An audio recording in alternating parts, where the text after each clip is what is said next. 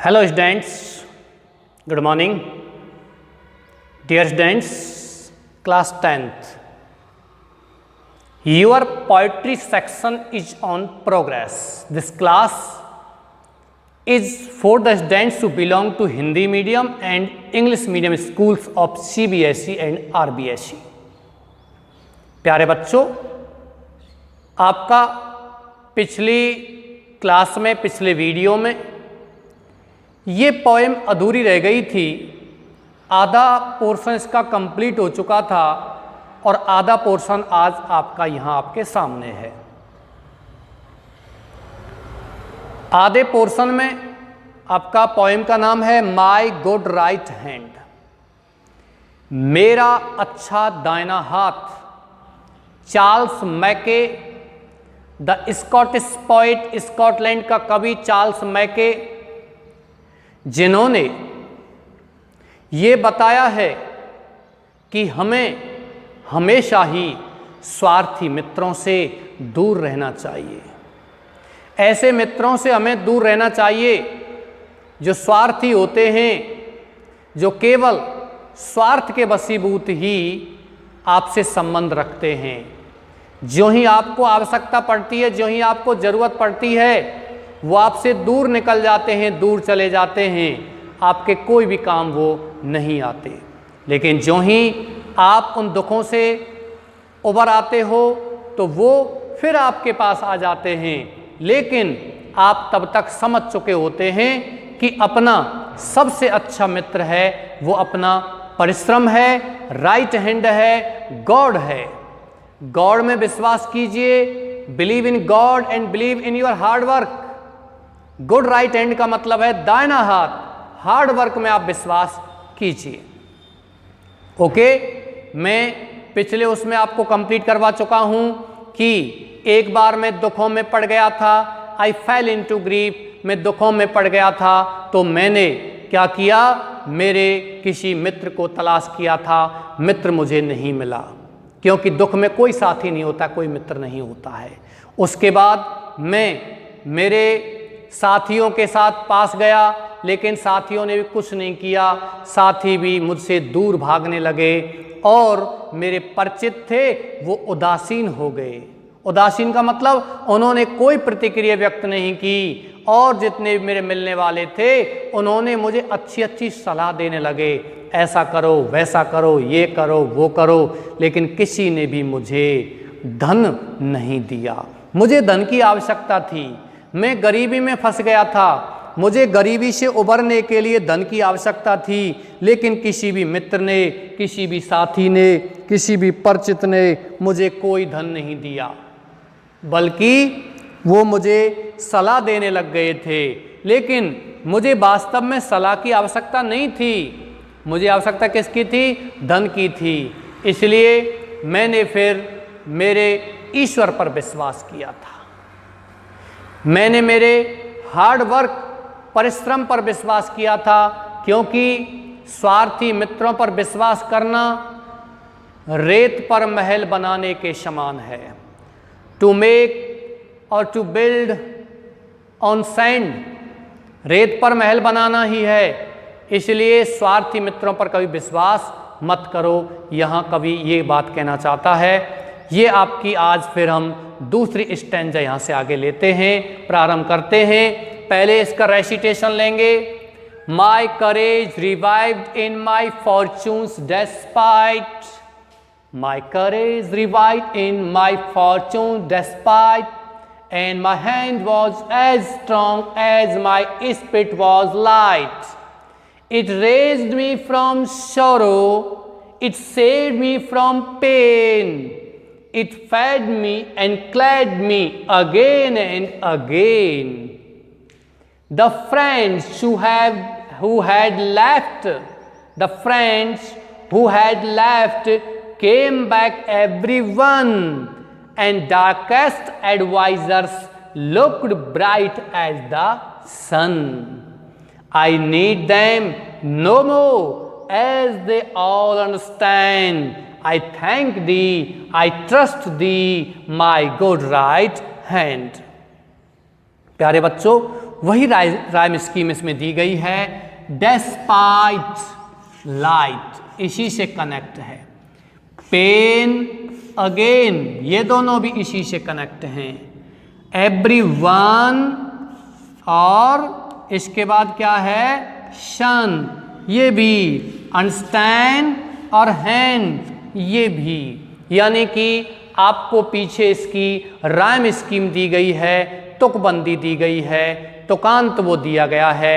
A A B B, A A B B, C C D D. कल भी इतना ही हुआ था, आपकी 8 पंक्ति कंप्लीट हुई थी, 8 पंक्ति आज आपकी कंप्लीट हैं।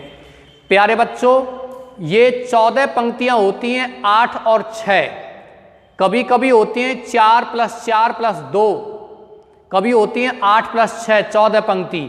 लेकिन 14 पंक्तियों के गीत को हम सोनेट कहते हैं। 14 पंक्तियों की सोनेट कहलाता है इंग्लिश में, लेकिन इसमें 16 पंक्तियां दी गई, इसको हम सोनेट नहीं कहेंगे। लेकिन ये एक सोनेट का ही एक रूप है, एक गीत का ही एक रूप है। लेकिन चतुर्दशी पद 14 पंक्तियों का नहीं बल्कि षोडश यानी कि 16 पंक्तियों का ये गीत है। चलिए हम इसको हिंदी अर्थ लेते हैं और इसका एक्सप्लेनेशन भी लेते हैं। माय करेज मेरा साहस, रिवाइव्ड माने लौट आया। मतलब जब मैं दुखों में फंस गया, मैंने मेरे मित्रों से सहायता मांगी, किसी ने सहायता नहीं की, साथियों ने सहायता नहीं की, किसी परिचित ने सहायता नहीं की, फिर मैंने मेरे परिश्रम पर विश्वास किया। मैंने परिश्रम पर विश्वास किया, मैंने भगवान पर विश्वास किया था और मेरी गरीबी भी दूर हो गई। कैसे? माई करेज रिवाइव्ड, मेरा साहस लौट आया। इन माई फॉर्चून्स डेस्पाइट, मेरे सौभाग्य की कमी। फॉर्चून माने या दुर्भाग्य बोलेंगे तो ज़्यादा बेटर, फॉर्चून में सौभाग्य होता है। फॉर्चून्स माने सौभाग्य, डेस्पाइट माने कमी। सौभाग्य की कमी थी फिर भी, डेस्पाइट मान होता है के बावजूद, तो यहां अर्थ क्या लेंगे? कमी के बावजूद, कमी के बावजूद। फॉर्चून मान क्या होता है? सौभाग्य।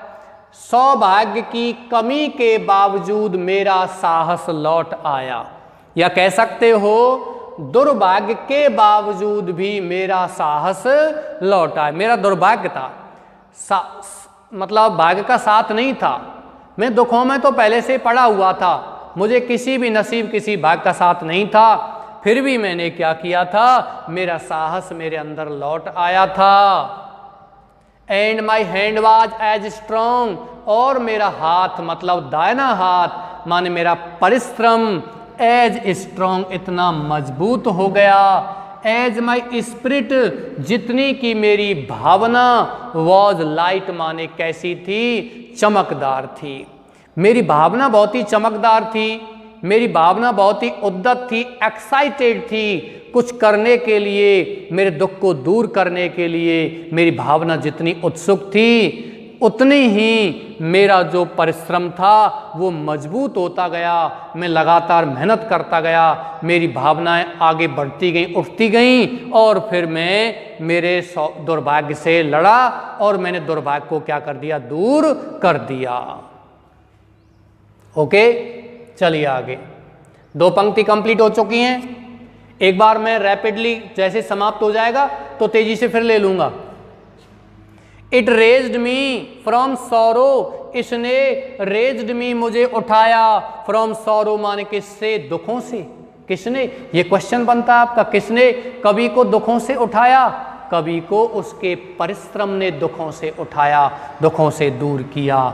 इट सेव्ड मी, और इसने सेव्ड माने बचाया, मी माने मुझे, फ्रॉम पेन माने किससे? दर्द से।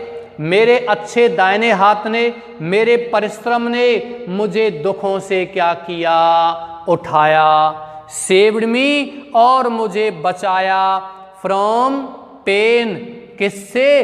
दर्द से बचाया। दुखों से ऊपर उठाया और दर्द से बचाया, मतलब मुझे कोई दुख दर्द महसूस नहीं होने दिया। किसने? मेरी मेहनत ने, मेरे परिश्रम ने, और भगवान में मेरे विश्वास ने मुझे दुखों से, पीड़ाओं से बिल्कुल दूर रखा था। इट फेड मी, इसने मुझे भोजन खिलाया। प्यारे बच्चों, FEED feed, FOOD food, food माने भोजन, ये नाउन है यानी कि संज्ञा, जबकि FEED फीड ये क्या है, वर्ब है यानी कि क्रिया, जिसकी सेकंड फॉर्म क्या होती है, FED fed. It fed me, इसने फेड मी मुझे भोजन खिलाया, एंड क्लैड मी मुझे कपड़े पहनाए, वस्त्र पहनाए। मतलब मैंने मेहनत की, मैंने परिश्रम किया, तो परिश्रम करते हुए मेरे पास पैसा आया, मैं संपन्न हो गया, प्रॉस्परस हो गया, मुझे अच्छा भोजन भी मिलने लगा, मैंने अच्छे कपड़े भी पहन लिए, वस्त्र भी मैंने अच्छे पहन लिए थे। लेकिन सब किसके कारण, मेहनत के कारण। इसलिए मेहनत पर विश्वास करो, किसी मित्र, किसी सगे संबंधी, किसी परिचित पर, किसी साथी पर विश्वास मत करो, क्योंकि ये आपका मेहनत ही है, गुड राइट हैंड है जो आपको भोजन देगा, और गुड राइट हैंड है वही आपको वस्त्र प्रदान करेगा। अगेन एंड अगेन माने बार बार, ये मेरा मेहनत है जिसने मुझे अगेन एंड अगेन माने बार बार, फेड मी मुझे भोजन खिलाया, क्लैड मी मुझे कपड़े पहनाए, मुझे वस्त्र पहनाए। अब इसमें ये क्वेश्चन बनता है प्रिय विद्यार्थियों, हु फेड द पोएट और हु क्लैड द पोएट, कवि को किसने भोजन खिलाया और किसने उसको वस्त्र पहनाए? तो आपका आंसर क्या होगा, his good right hand means to say his hard work fed him and clad him, again and again means to say by working hard, मेहनत करते हुए, द पोएट कवि बीकेम हो गया, प्रॉस्परस माने क्या, संपन्न हो गया, यानी कि वह अपने दुखों से रिकवर हो गया। एक प्रश्न तो आपका ये बनता है, दूसरा इसमें से कोई प्रश्न नहीं बनता है। चलिए, आपकी 4 पंक्ति कंप्लीट हो गई हैं, बाकी 4 पंक्तियां, the friends who had left, मैं संपन्न हो गया, पैसे वाला हो गया, मेरे दुख दूर हो गए, मुझे मेहनत ने, परिश्रम ने कोई दुख दर्द महसूस होने ही नहीं दिया, दुखों से मुझे बचा लिया, और उसने मुझे भोजन खिलाया, उसने मुझे वस्त्र पहनाए, बार बार वस्त्र पहनाए, बार बार भोजन खिलाया। और चौथी पंक्ति कहती है, 5वीं पंक्ति, the friends who had left, और जो मित्र हैड लेफ्ट माने जा चुके थे, मुझे छोड़ करके चले गए थे, केम बैक वो मित्र वापस आ गए, एवरीवन माने प्रत्येक, प्रत्येक जो मित्र, प्रत्येक जो साथी, प्रत्येक जो परिचित, एवरीवन माने प्रत्येक मित्र, प्रत्येक साथी, प्रत्येक जो मेरा मिलने वाला था, वो सब वापस आ गए। क्यों? क्योंकि फिर से संपन्न हो गया। भाई, आपकी जेब में पैसा है, आपका मित्र आपके पास है, आपकी जेब में पैसा नहीं है तो आपका मित्र आपके पास नहीं है, बिल्कुल नहीं है। लेकिन आप गरीब हो तो आपको छोड़कर चले जाएंगे, और यदि आप गरीब नहीं हो, आपको फिर से पैसा प्राप्त हो गया, तो फिर दोबारा से फिर आपके पास वो लोग आ जाएंगे। The friends, Mitra, who had left me, जो मित्र मुझे छोड़ करके गए थे, केम बैक, वो मित्र वापस आ गए, एवरीवन माने प्रत्येक मित्र, एंड डार्केस्ट एडवाइजर्स, और डार्केस्ट माने सबसे उदासीन, सबसे अधिक कमजोर, बेकार, उदासीन, बेकार की सलाह देने वाले, डार्क मान अंधेरा होता है, लेकिन यहां क्या होगा, डार्केस्ट, उदासीन, सबसे अधिक कमजोर, एडवाइजर्स माने सलाहकार, सलाहकार, बेकार सलाह देने वाले। आपको पता है, जब ये पोएम प्रारंभ में जब बताया था कि वो मुझे सलाह देने लगे, पैसा नहीं दिया था, सलाह देने लगे, तो वही सलाहकार हैं, वो डार्केस्ट एडवाइजर्स। उनको यहां कवि डार्केस्ट एडवाइजर क्यों कहता है? Because they give advice bad, they give bad advice, वो बेकार सलाह देते हैं। They do not provide any money to their friends, वो मित्रों को कोई धन नहीं देते हैं। दे ओनली प्रोवाइड एडवाइज, वो केवल क्या प्रदान करते हैं? सलाह प्रदान करते हैं। That is why the poet says them darkest advisers. वो उदासीन, अंधेरे, बेकार, उदासीन सलाहकार भी लुकड दिखाई दिए थे। ब्राइट माने चमकीले, चमकदार, प्रसन्न, एज द सन माने सूर्य की तरह। वो बेकार से, दुखी, उदासीन। जब कवि को दिक्कत आ गई तो वो उसके पास पैसा मांगने गया तो वो सलाहकार दुखी हो गए पैसे का नाम सुन करके और उसको सलाह देने लगे। वही दुखी सलाहकार लुकड दिखाई दिए, ब्राइट माने चमकीले, चमकदार, प्रसन्न दिखाई दिए, एज द सन जैसे कि सूर्य की तरह प्रसन्न है। अभी पैसा नहीं था कवि के पास तो वो सलाह देने लग गए, दुख भरी सलाह देने लगे, दुख में सलाह देने लगे, दुखी होकर, उदासीन होकर के। लेकिन आज जो ही कवि के पास पैसा आया है वो सूर्य की तरह प्रसन्न और चमकीले दिखाई देने लग गए। I need them no more, I need मुझे आवश्यकता है, देम मन उनकी, उनकी किनकी? मित्रों की, साथियों की, परिचितों की, डार्केस्ट एडवाइजर्स की मुझे आवश्यकता है। नो मोर माने अब और नहीं, अब मुझे उन सलाहकारों की, उन मित्रों की, उन सगे संबंधियों की, उन साथियों की कोई आवश्यकता नहीं है। एज दे ऑल अंडरस्टैंड, जैसा कि वे सभी समझते हैं, वो सभी समझते हैं कि अब मुझे उनकी आवश्यकता नहीं है। यह प्रश्न बनता है कि the friends who had left came back everyone, जो मित्र उसे छोड़ करके गए थे वो सभी वापस क्यों आ गए? यह प्रश्न बनता है। Because now the poet Beckham rich and prosperous, क्योंकि अब कवि क्या बन गया? धनवान बन गया, संपन्न बन गया। इस वजह से वो सभी उसको, उसके पास वापस आ गए। आई नीड देम नो मोर, अब मुझे उनकी आवश्यकता नहीं है। एज दे ऑल अंडरस्टैंड, जैसा कि वे सभी समझते हैं, अब उन्हें आवश्यकता नहीं है। आई थैंक, मैं तो धन्यवाद देता हूं। दी माने तुमको, तुमको किनको? भगवान को धन्यवाद देता हूं। आई ट्रस्ट दी, मैं तुम में विश्वास करता हूं। किसमें? भगवान में। And my good right hand, और मेरे अच्छे दाहिने हाथ में। अब मैं ईश्वर को धन्यवाद देता हूं। मैं अब तुम में, तुम यानी कि मैं भगवान में विश्वास करता हूं। प्यारे बच्चों, एक होता है THED, ये तो आपने पढ़ा होगा, लेकिन एक होता है THEE, दी माने तुम्हें। एक होता है THOU, दाऊ माने भी तुम्हें होता है। और दाऊ एक होता है THY, दाई माने तुम्हारा। ध्यान रखना, THED ये आपका ऑब्जेक्ट कर्म का काम करता है, यानी कि तुम्हें। THOE दाऊ माने होता है तुम, कर्ता का काम करता है। और THY दाई माने होता है तुम्हारा, ये पजेसिव का काम करता है। लेकिन लेखकों ने, कवियों ने इनका प्रयोग विशेषकर ईश्वर के लिए लाए हैं। हालांकि ऐसा कुछ नहीं है, आप इनका प्रयोग आम जनता के लिए, आम व्यक्तियों के लिए कर सकते हो, ऐसा कोई बाउंडेशन नहीं है। लेकिन विशेषकर ये तुम, तुम्हारा और तुम का प्रयोग कवियों ने किया है, लेखकों ने किया है, वो अधिकतर ईश्वर के लिए, भगवान के लिए किया है। प्यारे बच्चों, आपको पता हो तो हम ईश्वर को भी तुम की जगह तू कहते हैं। कबीर दास जी ने तो कहा है, और हम भी प्रार्थना करते हैं, हे ईश्वर तू ऐसा मत कर भाई।